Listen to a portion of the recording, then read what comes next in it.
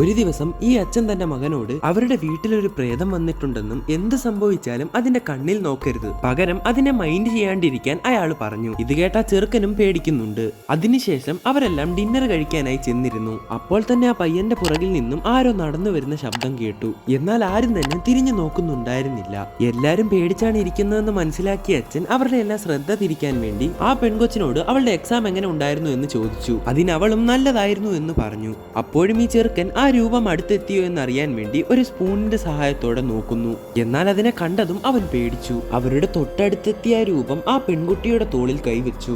എന്ത് ചെയ്യണമെന്നറിയാതെ ആ പെൺകുട്ടി തന്റെ അച്ഛനോട് സഹായം ചോദിച്ചു. എന്നാൽ നീ പേടിക്കാണ്ടിരിക്കുക, അതൊന്നും ചെയ്യില്ലെന്ന് അയാൾ പറഞ്ഞു. പതിയെ ആ രൂപം ആ പെൺകുട്ടിയെ മുറുക്കി പിടിക്കാൻ തുടങ്ങി. ഇതിങ്ങനെ വിട്ടാ പറ്റില്ല, നമ്മൾ എന്തെങ്കിലും ചെയ്യണമെന്ന് അവളുടെ അമ്മ പറഞ്ഞു. പെട്ടെന്ന് അതാരാ വിളിക്കുന്നതെന്ന് നോക്കാൻ വേണ്ടി അവരുടെ അമ്മ പോയി. അവളുടെ തൊട്ടുപുറകെ തന്നെ ആ പ്രേതവും പോയിട്ടുണ്ടായിരുന്നു. അങ്ങനെ അതിനെ കണ്ട് ഞങ്ങളെ വെറുതെ വിടാൻ പറഞ്ഞതും അവരെ കിച്ചണിൽ വെച്ച് തന്നെ ആ പ്രേതം കൊല്ലും. ശബ്ദം കേട്ട് ഡോർ അടയ്ക്കാൻ ചെന്ന അച്ഛനെയും ആ പ്രേതം തീർക്കും. എന്നാൽ ആ പയ്യനെ ഇത് കണ്ടുകൊണ്ട് നിൽക്കാനേ സാധിച്ചുള്ളൂ. അപ്പോൾ അവന്റെ ചേച്ചി വന്ന് അതിനെ നോക്കരുത് എന്ന് പറഞ്ഞതും